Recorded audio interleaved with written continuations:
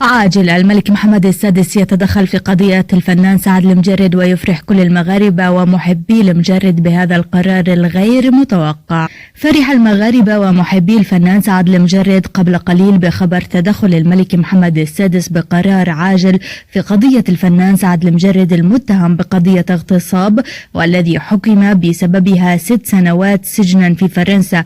وإليكم التفاصيل الكاملة. وكان أيضا الملك محمد السادس قد تدخل سنة 2016 لحظة القبض على الفنان سعد المجرد بتهمة الاغتصاب، حيث أخبر الملك محمد السادس عائلة المجرد بتعيين المحامي الفرنسي إريك دي بون موريتي في قضية ابنهم، حيث أخبرهم الملك أنه سيتكلف بكل مصاريف المحامي، ويعتبر المحامي إريك من أفضل المحامين في فرنسا. وصدم كل محبي الفنان سعد المجرد بعد صدور الحكم يوم الجمعة بالسجن 6 سنوات، نظرا لأن المحكمة لم تعتمد على أي دلائل ملموسة، فقط أخذت أقوال الفتاة لورا لإصدار هذا الحكم.